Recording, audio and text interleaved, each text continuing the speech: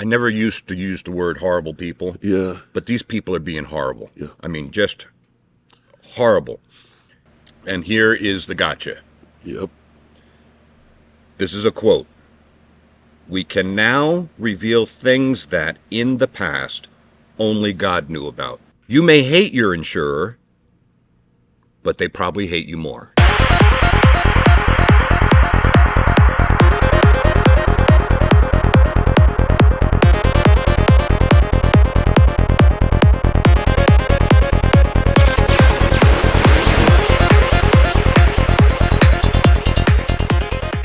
Hello, everybody, and welcome back to another episode of the airing of Grievances. If you are watching this on Saturday, the 25th of November, then happy Thanksgiving to you in Absolutely. the rear view, right? We are grateful for all of you. Absolutely. And we're super glad that you are here today. If you are watching it on Saturday morning, you know that we're probably chatting it up with you in the chat on the preview, or the premiere, I guess, Yep. of this video. And with that being said, I got to just say happy Saturday to you, brother. Happy Saturday to you, my dear friends. Happy Saturday to you. Appreciate you also very, very much. This is a highlight of the week for me always. Absolutely. And we want to make sure that you know that if you see something that you like or approve of, or You just can't believe. or you just can't believe, and we got both barrels loaded for that one. Go ahead and hit the thumbs up for the YouTube algorithm. And also, if you haven't subscribed to the channel, what are you waiting for? We're here, and we'd love to have you as a subscriber to our programming. That being said, Rob, you said unbelievable. Unbelievable. Unbelievable. This is one of those things that Rob and I, we just kind of took the morning to read and reread what we're about to share with you. With a lot of wait, what? Right? And it's not stuff that we haven't heard before. Some of it I've not heard before. But it is, there's a journalist over at the Business Insider who decided to wrap his arms around a very significant reality in the insurance industry as it relates to you and to us. And to me. Yeah, right? So, Rob, I'm going to turn it over to you. All right. And maybe start with the headline, man. All right, so the headline of this Business Insider article, which is, it's an interesting place to pick up an article. It's not like in the collision industry or the insurance industry, this is Business Insider. Yes. So, very interesting place, and I found this scrolling through social media. Okay. Which, after reading this, I suspect they know that I saw this. Well, yes, that's the you understood. Yeah. If you think that you have independence of things that are presented to you and or the things that you click on, you've got another thing coming. Yeah. So insurance companies have discovered devious new ways to rip you off. Hard to believe. Hard to believe. They're always on it. Yeah. So I'm going to read a few. This is a very long article for me, but I want to read a few things out. We're going to start with the first sentence. Insurance is one of those things that we all need and pay a ton for the privilege of having, but also never think about, hoping we never have to use it, and knowing that if we do, it will likely be a hellish experience. That sums up today on what we're seeing, boots on the ground, with people that have unfortunately been involved in an accident, and the horrific pushback that they are going through to get their car repaired properly, which they have insurance for and have been paying for. And have been told that is their peace of mind because they have a good neighbor, or they're saving a ton of money, or whatever. Are you really in good hands? So let's find out. It goes on. For most people, private insurance is their primary source of security against a vast array of unknown risks that threaten to upturn their lives. Yeah. Instead of using new technologies like artificial intelligence to calculate a customer's precise risk and determine a fair rate for them to pay, insurers are innovating all kinds of new ways to undermine our security and juice their profits. Juicing the profits. It's usually a sports term, the juice, the idea of juicing things. But it's the same thing. It's putting them on steroids. And it goes just on to finish that, all under the guise of convenience and objective risk science. Sounds great, doesn't it? It just sounds great. Today's insurers say they are selling peace of mind, and they hawk themselves as neighbors who are always there when you need them. Right. But that sense of security does not ring true for people who feel cheated when insurers use a morass of loopholes and exclusions to deny claims while continuing to raise premiums or cancel policies altogether. We see that. We see the premiums being raised on a almost daily basis these days. Oh, they're up almost 20%. Some are up more than that. And you know what this article calls into play is basically there's no rationale for how they're arriving at these numbers, or there is rationale. Strategy. They're not going to tell you. Right. In past years, insurance policies were based largely on broad demographic categories like age and gender. Now, with the vast range of data insurers have access to, consumers are charged not just based on their objective risks, but also on how much they are willing to pay. What? A practice called price optimization. Look that up. It's a thing. Yeah. It's a thing. And we found several articles on price optimization that have all the ingredients of this article. I will link those in the description box below. And to make those predictions, insurers are gathering and analyzing data about individuals to create detailed personal profiles, looking at everything from whether you smoke cigarettes to your shopping habits to which internet browser you use. Okay, so that data is fed into proprietary models for analysis to determine how much to charge a particular consumer. Personalized prices that the algorithm spits out are not just based on how risky a person is compared to a similar person, but also on the metrics like customer lifetime value or predicted net profit that customer will deliver over their lifetime. And to determine that magic price tag, insurance companies drill down into the nitty-gritty details of your life. They might look into your home's roof using drones or automated images analysis, or where you're driving based on data from smart devices in your car. So smart devices in your car. This is an important one. Yeah. And I've long advocated to not employ those types of tricks. Right. So, smart devices in your car. Generally speaking, it's your phone. It's even smarter if you saved money and put their app on your phone. Right. It's gathering data of where you are, how fast you're driving, how fast you're braking, how long you may have stayed at one place, what time. It just a myriad of information. Even the risk value or association of the neighborhood that you're in, right? If you're in a bad part of town, your premiums could go up. They know that.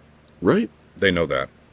And so they use credit scores, zip codes, social media posts, and even battery charging habits. I guess all this stuff has some sort of useful data. So this data can then be used as proxies for social categories like class and race to make moral judgments about your personal responsibility, which factor into decisions for prices and policies. Wow. And here is the gotcha. Yep. This is a quote. We can now reveal things that, in the past, only God knew about. How about that? Right? I mean, it's just, Anything they collect can and will be used against you. or at least to their benefit. Yes. A recent survey found that most people are opposed to these kinds of surveillance programs. 68% of Americans would not install an app that collects driving behavior or location data for any insurance discount amount. What do you do if you're an insurer and 68% of the driving public don't like your product and don't want to use it? Go to the government. You go to the government. You go to the government. So there is, in several states and nationally, these right to repair bills are being introduced. And so 2 states, I believe, have said, that's a great idea. And the feds are also putting in a federal law, or going to run a federal law. Right. Which they already have a ton of co-sponsors. Yeah, take a look at these guys. I wonder if you recognize any of them and they represent you. Because these people do not have any idea what is in this bill. It has nothing to do with right to repair. That's a catchy title. Right. Because who wouldn't want the right to repair? The fact of the matter is, we can access anything that we need to repair a car properly. So can everybody else. Right. The manufacturers make it available. But down further in the bill, they want access to the car's data that it produces. Yep. And so because you wouldn't put the dongle in the car so that they could understand your driving habits, and because you wouldn't put the app on the phone yeah. so that it could track your driving habits and so much more, now we're going to go to the government and we're going to say, government, this is what we need. So one of the big sponsors of this bill is the Car Coalition. Right. And these are the people that are clouding our representatives' views. And let's see who makes up the Car Coalition. I'll bet you, it must be like AAA or Consumer Reports or, some organization that really looks out for consumers. Maybe the BBB. Oh. You see any BBBs? No. I see a CAPA. Yep, Kappa, certified aftermarket parts. I see an LKQ. Yeah, used parts and also sellers of Kappa parts, Keystone. And then there's some insurance companies who are... Yeah, Allstate and Farmers Insurance, the American Property Casual Insurance Association, and then we sprinkle in some other people that are interested in your car data. AutoZone, Parts Trader, Tire Pros, CarParts.com. There is nobody on this list that is looking out for you. Right. And yet these industries are supporting the Car Coalition, or are the Car Coalition, and they are going to your government officials and just feeding them a line of crap. Right. And I don't know if these people don't read what's in the thing, or they're trying to ignore it, and hopefully nobody will see it. I don't know what's in it for them. Well, I'll take a stab. How about re-election? Right? Maybe. There's big money. You always follow the money, and you'll find what motivates a lot of these things. And this is no different. This is all about money. It's all about money. It's all about the profits that the insurers are making and keeping, and finding ways, that price optimization, right? What a better way than just giving them the data. Oh. And if you won't give it to them, we'll legislate it from you. When I read this document and found out how exactly they are doing it, and what's going on behind, and just one of the ways going on behind the scenes, it's enough to make your toes curl. Yeah. Yeah. So the article goes on to say, to boost their own profits, insurance companies are becoming increasingly antisocial and antagonistic. We deal with that all day, every day. Yes. They are, I never used to use the word horrible people, Yeah. but these people are being horrible. Yeah. I mean, just horrible. You may hate your insurer, but they probably hate you more. That's a quote. Mm-hmm. It's just staggering. Yeah. And this thing goes on and on and on. And, you know, I'm not going to go through the rest of this other than to say optimization is an industry euphemism for discrimination. You know, instead of drawing red lines around risky populations and decided to charge them more and pay out less, insurers use automated systems to find patterns in data and optimize the parameters for profitable risk management, which often has the same discriminatory results. Right. And it's just horrible. Because this is just the most unbelievable thing I've ever heard, and I bet you it's going on. I'll link an article that supports this idea. One possible way insurers limit how much they pay on claims is by simply paying less on a batch of claims and seeing how many customers complain. Always complain to the Department of Insurance. They track every single complaint. You need somebody tracking on your benefit instead of these people tracking. Okay. If the number of complaints doesn't reach a certain threshold, say 5% of the claim decisions result in a formal complaint, the amount paid is lowered even further with another batch of claims. So if they didn't pay you the right amount for your claim and you accepted it and didn't complain, now they're going to do it again and lower that price even more for the next people. See if they complain. See if they complain. And once they get to the magic number of where the complaints are unbearable, then they bump it up a little bit because they know where their threshold is. And the AI is constantly tweaking that and understanding. Read that last sentence right there. The process of lowering payouts, which can be automated by IA tools, is continued until the threshold of complaints is reached. That sounds an awful lot to me like the phrase that they are very quick to use, and that is industry standard.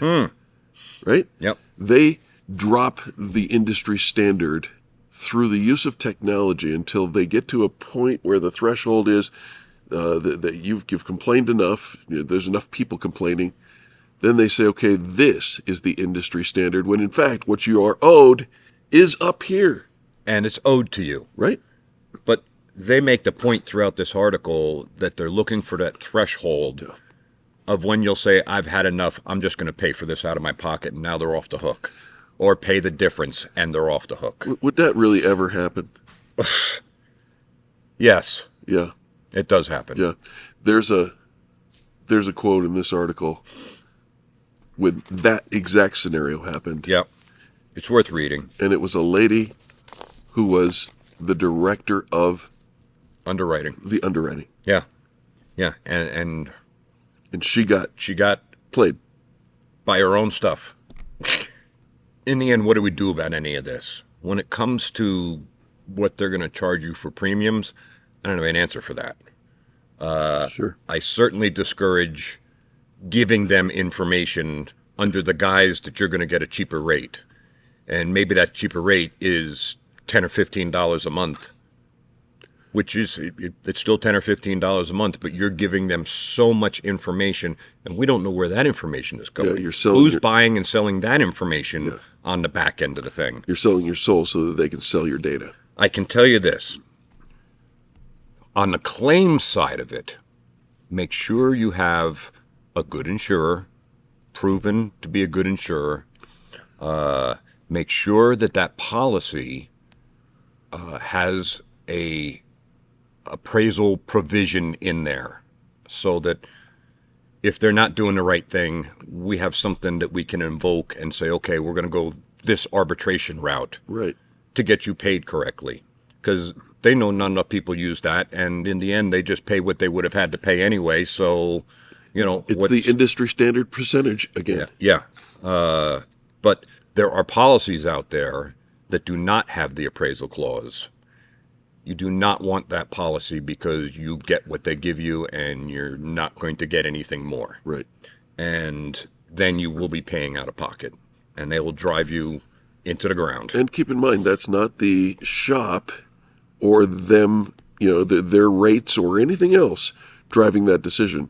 That's your policy that you agreed to and bound by contract with your insurer.